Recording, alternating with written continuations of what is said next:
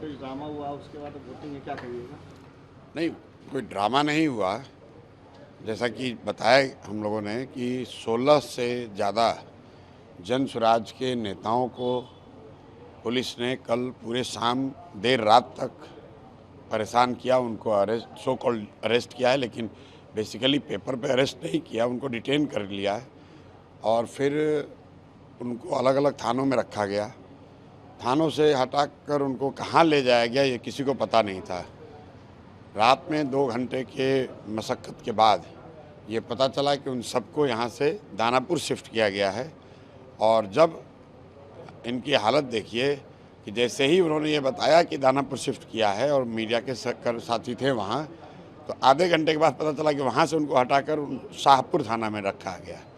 तो हम लोग का ये इतना ही कहना है कि अगर उन्होंने कुछ गलती करी है, अगर कोई गैर कानूनी काम किया है तो उन पर आप केस कीजिए, लेकिन अगर वो नहीं उन्होंने किया है तो सिर्फ और सिर्फ सत्तारूढ़ दल बीजेपी की मदद करने के लिए, सरकार की मदद करने के लिए पुलिस राजनीतिक दल बनकर जन स्वराज के कार्यकर्ताओं को पकड़कर उनको सिर्फ इसलिए पकड़ रही है कि वो चुनाव में कुछ ना कर सके। कुछ लोगों ने तर्क दिया कि ये बाहर के लोग थे, तो मैं आपको बता दूं कम से कम 10 ऐसे लीडर हैं जो कि सब पटना के रहने वाले लोग हैं। रात में उनके घरों पर रेड करके उनको पकड़ा गया है और वो सब, किसी पुलिस ने अभी ये नहीं बताया कि किस क्राइम में पकड़ा गया है, लेकिन जो भी बात है वो तो अपनी जगह पर निपटा जाएगा। ये क्लियर है कि हारती हुई भाजपा, पहले उन्होंने अपने विधायक सांसदों को लगाया, मंत्री नेता अभिनेता सबको लगाया, कोई असर नहीं हुआ। फिर उसके बाद उन्होंने अपने एनडीए के साथियों को लगाया, साथी दलों को, उसका भी असर नहीं हुआ।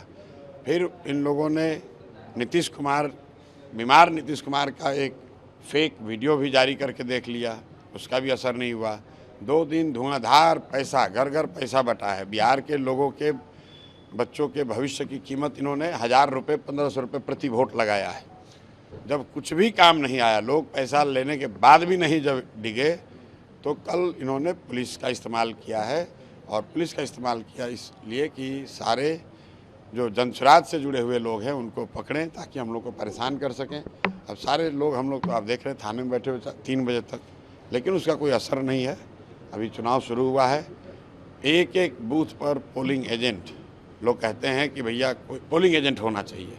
हर बूथ पर जो पोलिंग एजेंट है, 5 बजे लोगों ने रिपोर्ट किया है, 5:30 बजे रिपोर्ट किया है।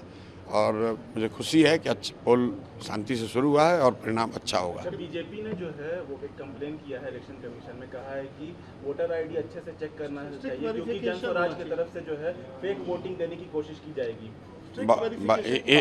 बीजेपी ने बहुत दिन के बाद एक अच्छा काम किया है कि एक चीज़ उस पत्र में लिखा है कि फेक वोटिंग ना हो, इसके लिए बहुत कड़ाई से एपिक कार्ड को देखा जाए। हम लोग इसका स्वागत करते हैं। राष्ट्रीय अध्यक्ष बीजेपी के लगातार कैंप किए हुए हैं पटना में कई दिनों से, क्या फ़र्क पड़ना है उससे? भाजपा का कौन नहीं कैंप किया हुआ है? पूरी भाजपा कैंप की हुई है। आप लोगों के लिए देखने की बात यह है कि जिस विधानसभा के बारे में कल तक भाजपा वाले ये कह रहे थे कि हमारा ये इतना मजबूत किला है कि हम कुत्ता बिल्ली को भी खड़ा कर देंगे तो वो जीत जाएगा, वहाँ पर नाको चने चबवा दिए जनस्वराज ने नहीं, लोगों ने, जो 30 बरस से विकल्प के अभाव में इनको वोट दे रहे थे, लोगों ने मन बना लिया। और वही असर आप देख रहे हैं कि पूरी भाजपा हर तरीके से ज़मीन पर उतरी है, गली गली घूम रहे हैं, कोई सुनने को तैयार नहीं। जीत को लेकर कितना कॉन्फिडेंस है सर? 200%।